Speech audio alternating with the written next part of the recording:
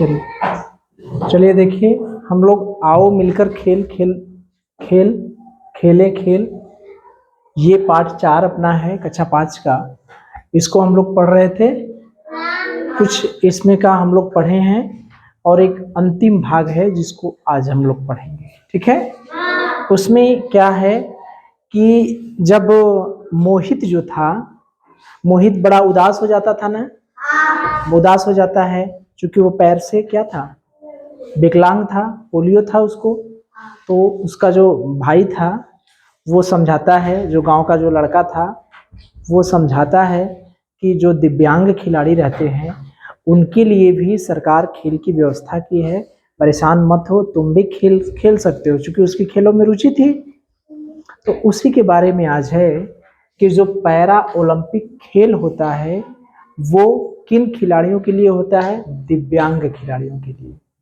Para Olympic खेल किन खिलाड़ियों के लिए होता है, दिव्यांग खिलाड़ी, जिनका कोई ना कोई शरीर का कोई ना कोई अंग जो है वो नॉर्मल की तरह नहीं काम करता। ठीक है, किसी न किसी रूप से वो डिस्टर्ब हो जाता है। तो अगर आपसे पूछा जाता है दिव्यांग खिलाड़ियों के लिए क्या कोई ऐसा ओलंपिक खेल है, तो आप क्या कहेंगे? हाँ, उस खेल का नाम क्या है? पैरा ओलंपिक खेल। ऐसा खेल जो दिव्यांग खिलाड़ियों के लिए राष्ट्रीय और अंतर्राष्ट्रीय स्तर पर खेले जाते हैं, उस खेल का नाम क्या है? पैरा ओलंपिक खेल। अब देखिए, हमारे कुछ ऐसे लोग हैं भारत के जिन्होंने दिव्यांग होते हुए भी पैरा ओलंपिक खेल में कोई स्वर्ण पदक लाया तो कोई रजत पदक लाकर भारत का नाम रोशन किए। ठीक है, ऐसे देखने और सुनने में तो लगेगा कि अरे उन्होंने दिव्यांग होके कैसे किया। तो कुछ ऐसे व्यक्ति हैं जिन्होंने भारत का नाम रोशन किया और पैरा ओलंपिक खेल में कोई स्वर्ण पदक लाया, कोई रजत पदक लाया। तो सबसे पहला नाम है दीपा मलिक का। किसका? दीपा मलिक। इनके शरीर का निचला हिस्सा क्या था? शून्य था। शून्य का मतलब समझ रहे हैं ना, काम नहीं करेगा निचला हिस्सा। ठीक है, पहले इनका फोटो दिखा दें हम। शरीर का निचला हिस्सा, दीपा मलिक लड़की है ना, देखिए ये है दीपा मलिक का फोटो, देख रहे हैं, है ना, ये दीपा मलिक। देखिए यहां से एकदम साफ साफ दिखाई दे रहा है, देखिए दिखाई दे रहा है दीपा मलिक, देखिए बैठी है ना। तो इनके शरीर का जो निचला हिस्सा था वो क्या था? शून्य था। ठीक है, शरीर का निचला हिस्सा शून्य है दीपा मलिक के।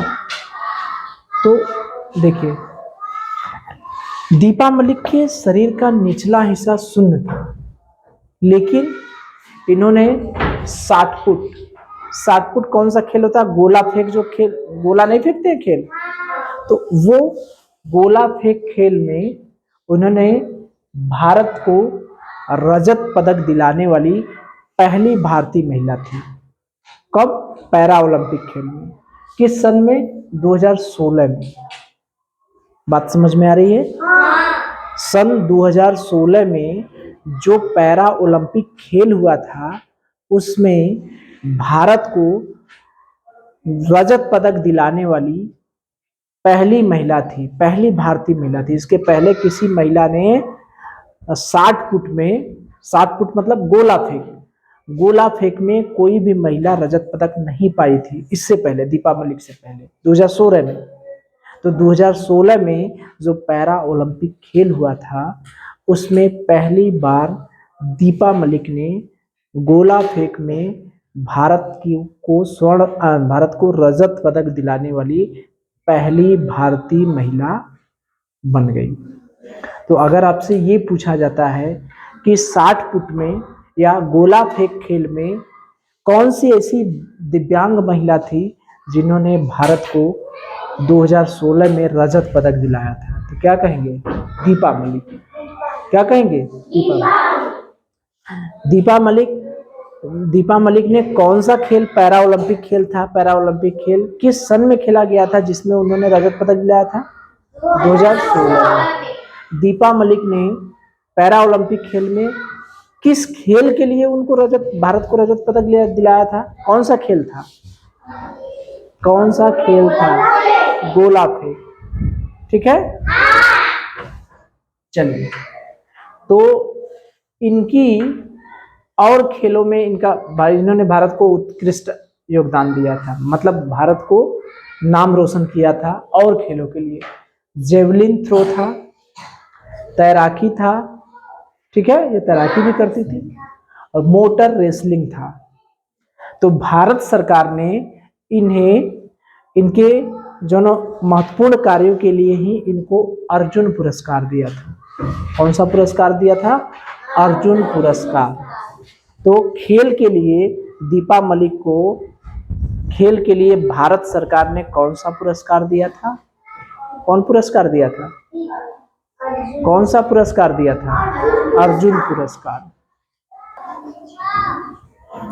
तो अर्जुन पुरस्कार भारत सरकार ने दीपा मलिक को दिया था। तो दीपा मलिक से कई प्रश्न बने।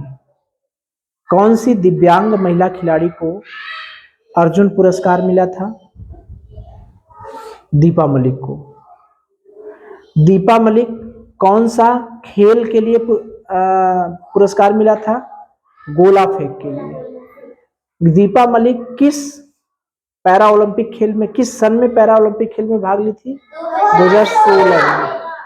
दीपा मलिक कौन सा खेल खेलकर भारत को दीपा मलिक ने पैरा ओलंपिक खेल में भारत को कौन सा पदक दिलाया था? स्वर्ण पदक, रजत पदक या कांस्य पदक? कौन सा पदक दिलाया था? कौन सा पदक दिलाया था दीपा मलिक ने? स्वर्ण पदक दिलाया था या रजत पदक दिलाया था या कांस्य पदक दिलाया था? कौन सा पदक दिलाया था? रजत पदक। ठीक है, चलिए। तो अगला नाम आता है मरियप्पन थंगावेलु। ये मरियप्पन थंगावेलु कौन थे? ये तमिलनाडु के रहने वाले थे। कहाँ के रहने वाले थे? तमिलनाडु के। ऊंची कूद में स्वर्ण पदक दिलाया था। यानी ये कौन सा खेल खेलते थे? ऊंची कूद। उसमें कौन सा पदक मिला था इनको? स्वर्ण पदक मिला था।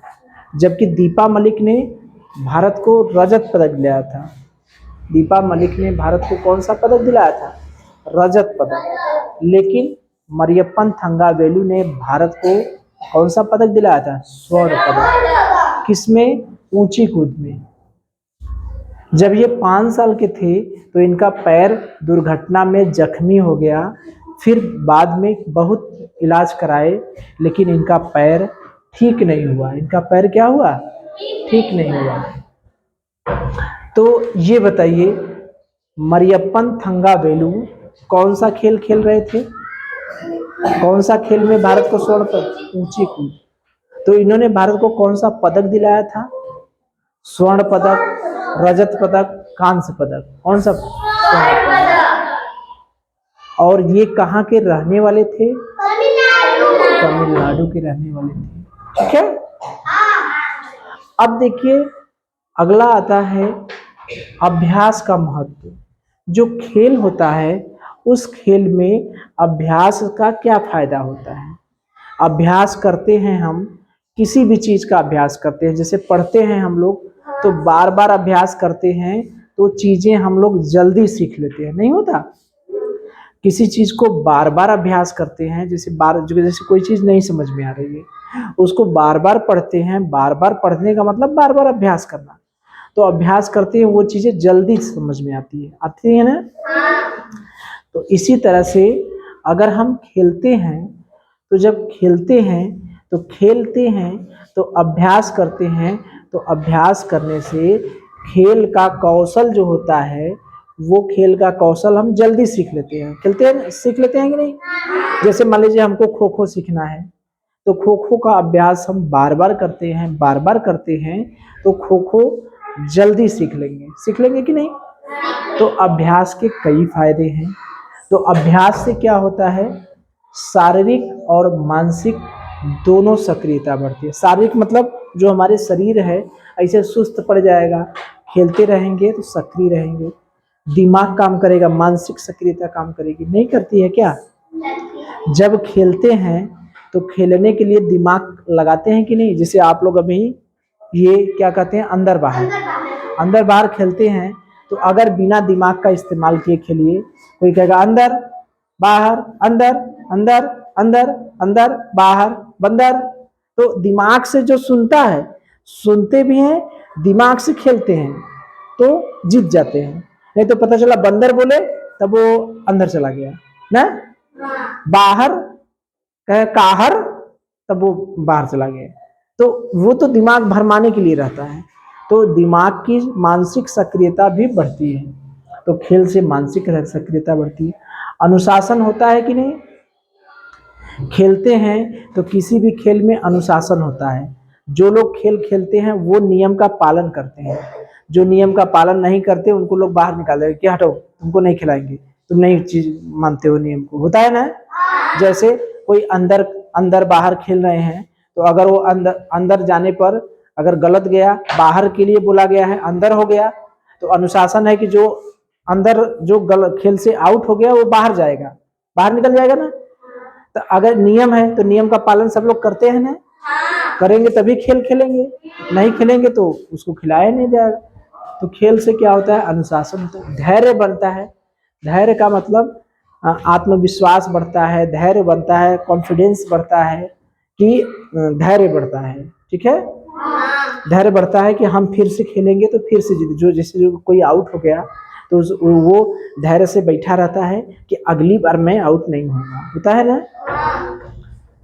समयबद्ध टाइम टू टाइम रहते हैं। जैसे आप लोगों से कह दिया जाए कि 1 बजे खिलाना है, ठीक, तो आप लोग घड़ी देखते रहेंगे कब 1 बजेगा, कब 1 बजेगा। 1 बजते ही सब लोग खेले। जो गांव में भी रहेगा, जो खेलने जिसका खेलने में मन रहेगा, वो घड़ी देखेगा, ओ 1 बज गया ना, चलो खेलने। तो समयबद्धता भी होती है। विनम्र होते हैं। खेल में आदमी एक दूसरे का सहयोग का जरूरत पड़ता है, तो इसलिए उसको विनम्र भी होना पड़ता है। आत्मविश्वास बढ़ता है। अगर हम जीतते हैं, खेल में जीतते हैं, तो हमारा कॉन्फिडेंस बढ़ता है, आत्मविश्वास बढ़ता है। ये होता है कि नहीं, हम बढ़िया खेले तब ना जीते। आनंद आता है, मजा भी आता है। खेल में जीतते हैं, हारते हैं, तो जीतने वाले को मजा आता है। बहुत से खेल ऐसे खेलते हैं रहते हैं जिसमें बहुत मजा आता है। तो खेलों में क्या आता है? आनंद भी आता है। तो अगर आपसे पूछा जाता है कि खेल में अभ्यास का क्या महत्व है, तो बता देंगे कि नहीं? कोई 2-4 ठे बता दीजिए। शारीरिक और मानसिक सक्रियता बढ़ती है। मान लीजिए ये खाली स्थान भरने को दे दिया कि खेल से खाली स्थान और खाली स्थान सक्रियता बढ़ती है। तो क्या बढ़ती है? शारीरिक और मानसिक सक्रियता बढ़ती है। खेल से फायदा क्या है? अनुशासन होता है, धैर्यवान होते हैं, विनम्र होते हैं, समयबद्ध होते हैं।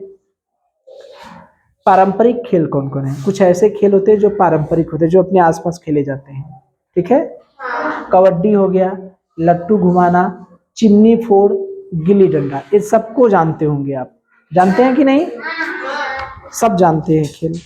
ये देखिए कबड्डी है कबड्डी है, कबड्डी ना। और ये देखिए लट्टू घुमाना, लट्टू भी घुमाते हैं लोग।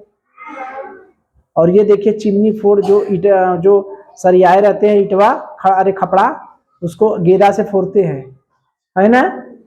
और ये देखिए गिल्ली डंडा, गिल्ली डंडा भी खेले हैं, है ना? खेले हैं, बहुत अच्छी बात है, सभी लोग खेले हैं। तो देखिए, तो खेलों में कबड्डी जानते हैं, 7 टीम इधर रहती है, 7 लोग उधर रहते हैं। लट्टू घुमाना, लट्टू अभी लेकर आए थे किसी दिन, कोई लट्टू सब घुमाते हैं ना, खेलते हैं ना। चिमनी फोड़, सब खपड़ा उपड़ा सरिया देंगे, गेंदा से मारेंगे ना, मार के फिर सब भागते हैं, गिर जाता है तो सब भागते हैं इधर उधर, फिर जिसको मार देते हैं वो हार जाता है। गिल्ली डंडा, इतना बड़ा सा डंडा रहता है, इतनी बड़ी सी गिल्ली रहती है, ऐसे करके मारते हैं ना। तो देखिए पहले जो खेल होते थे वो सब ज्यादातर खेल ऐसे थे, लकड़ी के रहते थे, और पहले जो थे हाथी के दांत से थे, हड्डियों से थे। पहले लोगों के पास कहाँ साधन था? पहले था क्या?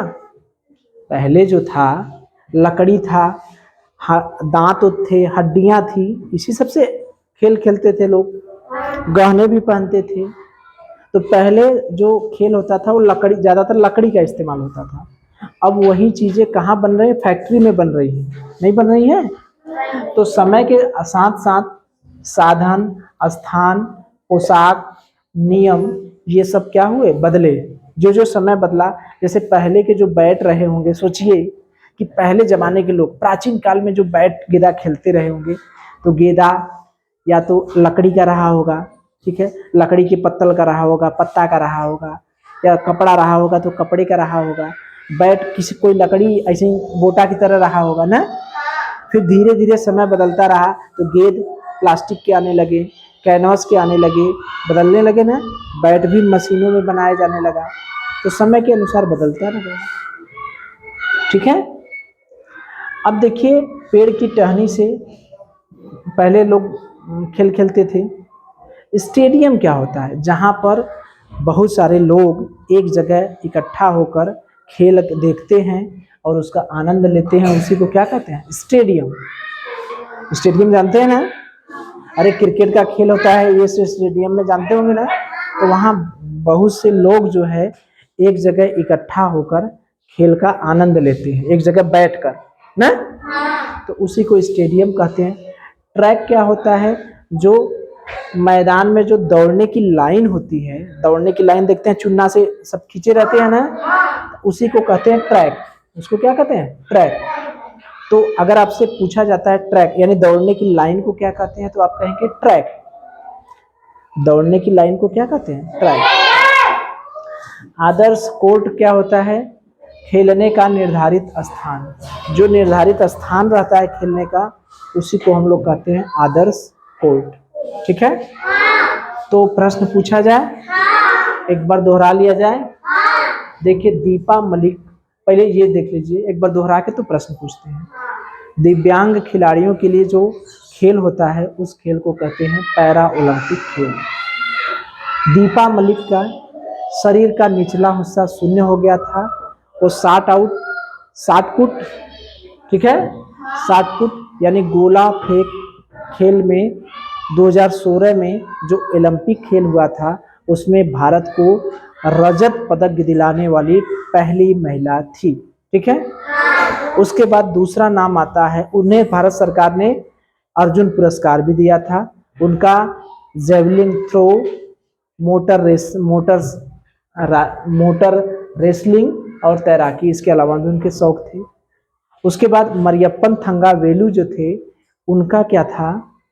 एक पैर जो है 5 साल में उनका पैर जो है जख्मी हो गया था, वो ठीक नहीं हुआ। वो कहाँ के रहने वाले थे? तमिलनाडु के। ठीक है। उन्होंने क्या किया था बताइए? मरियप्पन थंगावेलु ने क्या किया था? कौन सा खेल खेला था? ऊंची कूद। उसमें भारत को कौन सा पदक दिलाए थे? स्वर्ण पदक। उसके बाद अभ्यास का महत्व क्या है? शारीरिक और मानसिक सक्रियता बढ़ती है, अनुशासन, धैर्यवान, समय, विनम्र, आत्मविश्वास, आनंद मिलता है। पारंपरिक खेल में कबड्डी, लट्टू घुमाना, चिमनी फोड़, गिल्ली डंडा है। और पहले जो खेल होते थे वो थोड़ा सा दूसरे तरह के थे, लकड़ी उकड़ी के थे, समय के अनुसार बदलता गया। ठीक है, उसमें परिवर्तन होता गया। स्टेडियम जहाँ बहुत सारे लोग एक जगह बैठकर खेल देखते हैं उसे कहते हैं स्टेडियम। ट्रैक, दौड़ने के जो मैदान की लाइन होती है, मैदान में दौड़ने की जो लाइन होती है उसी को हम लोग ट्रैक कहते हैं। और खेलने का जो निर्धारित स्थान होता है उसे हम लोग कहते हैं आदर्श कोर्ट। चलिए, तो मुझे पहला सवाल ये बताइए कि जो दिव्यांग खिलाड़ियों के लिए जो खेल होता है उस खेल को क्या कहते हैं? पैरा ओलंपिक खेल। Very good. अच्छा, मुझे बताइए कि एक ऐसी भारतीय महिला थी, ठीक है, एक ऐसी भारतीय महिला थी जिनके शरीर का निचला हिस्सा शून्य हो गया था, फिर भी उन्होंने भारत को रजत पदक दिलाया था। वो उस महिला का नाम बताइए। दीपा मलिक। Very good. अच्छा, दीपा मलिक कौन सा खेल खेली थी जिसमें रजत पदक? गोला फेंक। गोला फेंक का कोई और नाम है? 60 फुट। Very good. अच्छा मुझे ये बताइए वो कौन सा सन था, कौन सा साल था जिसमें दीपा मलिक ने गोला फेंक कर भारत को रजत पदक दिया? 2016। दीपा मलिक गोला फेंकने के अलावा भी कुछ खेल खेलती थी, कौन सा खेल? एक आध खेल बताइए उनका। गोला फेंकने के अलावा भी उनके वो और खेल खेलते। 60 फुट को ही तो गोला फेंक कहते हैं। और कोई खेल बताइए, बताइए। दीपा मलिक केवल गोला फेंकती थी और कोई खेल नहीं खेलती थी? तो एक आध खेल बताइए दीपा मलिक का। मोटर रेसलिंग और जेवलिंग थ्रो और तैराकी। Very good. चलिए अच्छा भारत सरकार ने दीपा मलिक को कौन सा पुरस्कार दिया था? अर्जुन पुरस्कार। Very good. अच्छा मरियप्पन थंगा वेलु जो थे वो कौन सा खेल खेलते थे? कहाँ के रहने वाले थे? तमिलनाडु। उन्होंने भारत को कौन सा पदक दिलाया था? उनका क्या जख्मी था? हाँ, हाथ हुआ था, सर हुआ था, पैर हुआ था, क्या क्या जख्मी? पैर। क्या वर्ष के थे? Very good. बैठिए। अच्छा मुझे ये बताइए अभ्यास से खाली स्थान और खाली स्थान सक्रियता बढ़ती है, कौन कौन? शारीरिक और मानसिक। अच्छा अभ्यास के एक आध दो फायदा बताइए, केवल 2 फायदा बता दीजिए। अभ्यास के खेलों में अभ्यास किससे क्या फायदा होता है? धैर्यवान, समयबद्ध। हाँ समझ गए। चलिए बहुत अच्छे। अच्छा मुझे ये बताइए कि जो स्टेडियम होता है, स्टेडियम क्या होता है? स्टेडियम के बारे में कुछ बहुत लोग एक हाँ खेल का आनंद लेते। अच्छा ट्रैक किसे कहते हैं? ट्रैक दौड़ने के मैदान की जो लाइन होती है। आदर्श कोर्ट किसको कहते हैं? हाँ आदर्श कोर्ट किसको कहते हैं? खेलने का जो निर्धारित स्थान होता है उसी को हम लोग क्या कहते हैं? आदर्श कोर्ट। ठीक है, कुछ प्रश्न कर लिया जाए। चलिए देखिए पहला प्रश्न क्या है। चलिए बहुत आसान प्रश्न है, खाली स्थान भरना है। हमारे देश का राष्ट्रीय खेल क्या है? क्या है? खाली स्थान भरना है, क्या भरा जाएगा? हॉकी। अब देखिए खेल का अभ्यास हमारी खाली स्थान और खाली स्थान सक्रियता को बढ़ाता है। अभी हम लोग पढ़े हैं शारीरिक और मानसिक। ठीक है। घेरे में टप्पा कौन सा खेल है? स्थानीय खेल है। ठीक। अब भारतीय खेल दिवस किस दिन मनाया जाता है? अभी हम लोग पढ़े थे 29 अगस्त को। 29 ठीक। अब देखिए कौन खिलाड़ी कौन सा खेल खेलते हैं। सचिन तेंदुलकर को जानते हैं आप लोग, कौन सा खेल खेलते हैं? क्रिकेट। साइना नेहवाल कौन सा खेल खेलती हैं? बैडमिंटन। सरदार सिंह कौन सा? हॉकी। गीता फोगाट कुश्ती। मैरी कॉम मुक्केबाजी या बॉक्सिंग। और एक है हिमा दास, वो एथलेटिक्स है, यानी दौड़ती है। क्या है? दौड़ती है। ठीक है। अब इसमें देखिए आपको बताना है कि लट्टू क्या है? स्थानीय खेल है। ये जूडो क्या है? राष्ट्रीय खेल है। और देखिए रस्सी कूद क्या है? स्थानीय खेल है। हॉकी क्या है? राष्ट्रीय खेल है। जिम्नास्टिक क्या है? राष्ट्रीय खेल है। बॉक्सिंग क्या है? राष्ट्रीय खेल है। और ये स्टापू क्या है? स्थानीय खेल है। ठीक है। तो देखिए ये सारे प्रश्न हो गए आपकी। तो देखिए जो प्रश्न है वो प्रश्न में आपको पहला प्रश्न है, पहले प्रश्न में क ख ग घ 4 प्रश्न है। पहले में कितने प्रश्न हैं? 4 प्रश्न। क ख ग घ। ठीक है। तो क जो है, क कहता है खाली स्थान भरना है। क ख ग पहला है। तो कह रहा है भारत का राष्ट्रीय खेल है, खाली स्थान में क्या भरेंगे? क्या भरा जाएगा? हॉकी। खेल का अभ्यास, खेल के अभ्यास से कौन सी सक्रियता बढ़ती है? अभी हम लोग देखे हैं शारीरिक और मानसिक। ठीक है। तीसरा है घेरे में टप्पा। कौन सा खेल है? कौन सा खेल है? स्थानीय या राष्ट्रीय? बताइए। घेरे में टप्पा, ये सब तो गांव घर का है ना, घेरा घेर के खेलते हैं। स्थानीय राष्ट्रीय खेल का मतलब जो राष्ट्रीय स्तर पर खेला जाता हो, जैसे बैडमिंटन हो गया, क्रिकेट हो गया, हॉकी हो गई, जूडो हो गया, जिम्नास्टिक हो गया, एथलेटिक्स हो गया। ये सब हमारे गांव में नहीं ना होता है, जो गांव घर में होता है वही स्थानीय खेल है। पारंपरिक खेल में देखे हैं, कबड्डी हो गया, चिमनी फोड़ हो गया, गिल्ली डंडा हो गया, लट्टू हो गया, देखें।